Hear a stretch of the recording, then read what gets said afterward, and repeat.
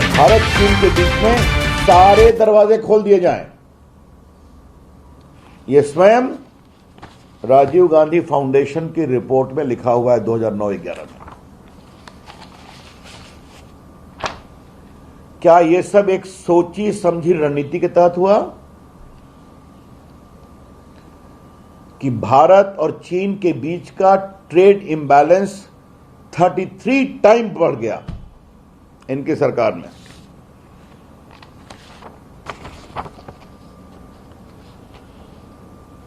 जो trade deficit है भारत और चीन के बीच में, यह 33 गुना आगे बढ़ गया। The trade deficit between China and India, because of all this lobbying by the Rajiv Gandhi Foundation, after they received a bribe from the Chinese embassy, and the way they comprehensively campaigned for free flow of FTA in all respects, showed this great rise. Congress party, please explain. Congress party जवाब दे कि चीन के साथ इतना प्रेम क्यों उमड़ गया था कि पार्टी के साथ एमओयू हो रहा है, राजीव गांधी फाउंडेशन को चाइनीज एम्बेसी पैसे दे रही है और आपके द्वारा इंडो चाइना की एक स्पेशल स्टडी की जा रही है और उसमें कहा जा रहा है कि चाइना के साथ फ्री ट्रेड एग्रीमेंट कॉम्प्रिहेंसिव होना चाहिए और ये दोनों पक्षों के लिए उचित होगा, हित में होगा। यह है बड़ी कहानी। एक समय कांग्रेस के राज में इतनी बड़ी जमीन दे दिया चीन को और 10 साल के शासन में चीन के सामने घुटने टेके हुए थे कांग्रेस पार्टी के लोग। इसीलिए जब भी चीन की सरहद को लेकर सवाल उठते थे तो उनके रक्षा मंत्री कभी प्रभावी जवाब नहीं देते थे। अब एक और बड़ा सवाल उठता है, तो मैं चाहूंगा कि कांग्रेस पार्टी इसका ठीक से जवाब दे। एक कानून है फॉरेन कंट्रीब्यूशन रेगुलेशन एक्ट 1976। तो 76 का कानून है तो उन्हीं की सरकार थी उस समय, फॉरेन कंट्रीब्यूशन रेगुलेशन एक्ट। इसमें धारा 4, 5, 6 और 23 को मैं बताना चाहूंगा। कोई भी कैंडिडेट फॉरेन से पैसा नहीं ले सकता, कोई भी पॉलिटिकल पार्टी फॉरेन से पैसा नहीं ले सकती और कोई भी पॉलिटिकल टाइप का संगठन बिना सरकार की अनुमति से फॉरेन फंड नहीं ले सकती। मैं मानता हूं कि राजीव गांधी फाउंडेशन एक प्रकार से कांग्रेस का एक्सटेंशन था। Rajiv Gandhi foundation was nothing but an extension of Congress party. और स्वाभाविक है, इस पर कोई आपत्ति नहीं है, उनके नेता के नाम से था, तो इसे मैं पॉलिटिकल एसोसिएशन ही कहूंगा। क्या उन्होंने अनुमति ली थी चीन से पैसा लेने के पहले? और अगर एक चीज के लिए मान भी लिया जाए कि वो कहें कि नहीं ये एजुकेशनल और कल्चरल बॉडी है, तो इसमें एक प्रावधान है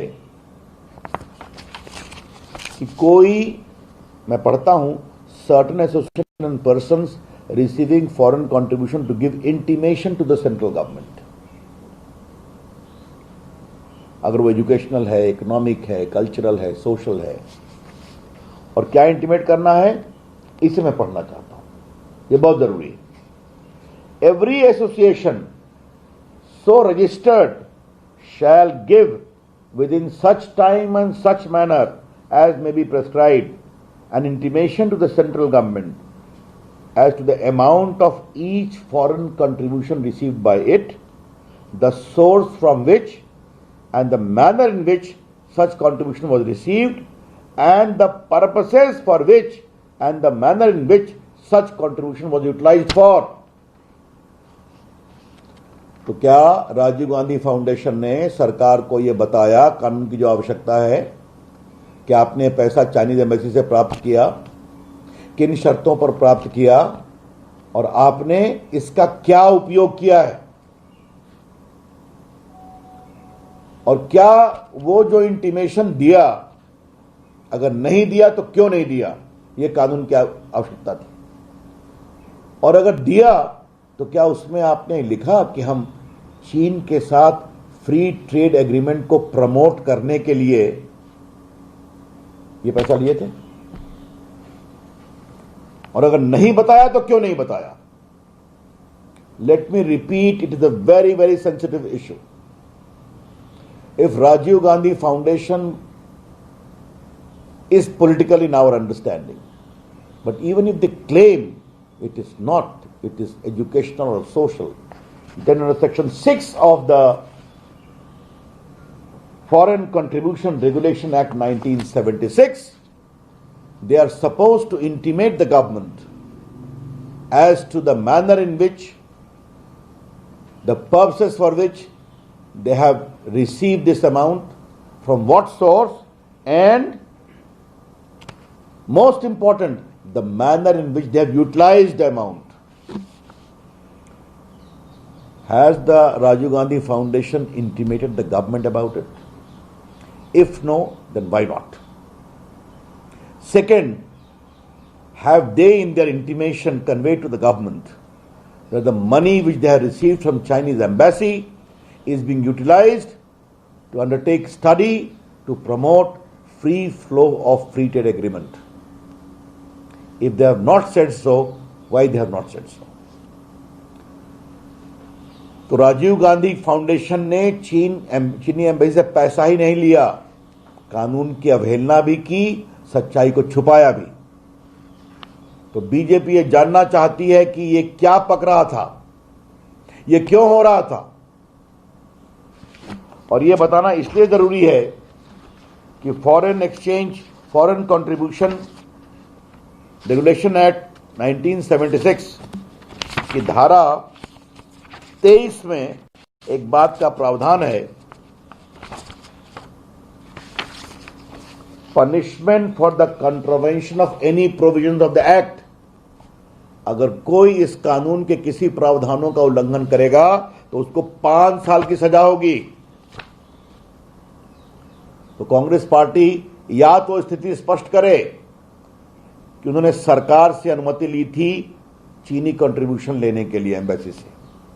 अगर ली थी तो क्या कह के ली थी, अगर ली थी तो किन शर्तों पर ली थी, और अगर ली थी तो धारा 6 के अनुसार आपने सरकार को बताया कि हमने इसका ये उपयोग किया है.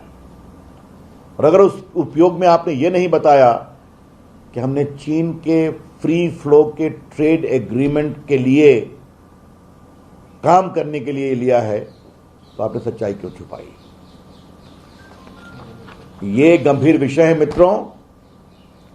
कांग्रेस पार्टी का काम है रोज झूठ बोलना, कांग्रेस पार्टी का काम है सेना के मनोबल को कमजोर करना, कांग्रेस पार्टी का काम है चाहे बालाकोट हो चाहे वो उरी हो उसका सबूत मांगना. और आज एक चीन के बारे में भी सेना को कमजोर कर रहे हैं, लेकिन अपने द्वारा चीन को क्या मजबूत करने की कोशिश की उसकी सच्चाई कभी नहीं बताते. The most paradoxical thing to note about the behaviour of Congress party of utter duplicity is that every day they are seeking to lower the morale of the forces who are fighting bravely. They are seeking to demonize Narendra Modi ji, I leave it. They are not openly condemning anything against China. As in case of Balakot, seeking evidence about the factum of Balakot attack. The same in case of Uri, seeking evidence in case of Uri attack. हमें सबूत दो. Now this. Now there is a pattern as to why Congress party does not condemn China. Because 10 years rule of Manmohan Singh is littered with voluminous evidence as to how Congress party tried to support China and make it earn tons of money by permitting the increase of trade deficit 33 times. Congress party का एक हित था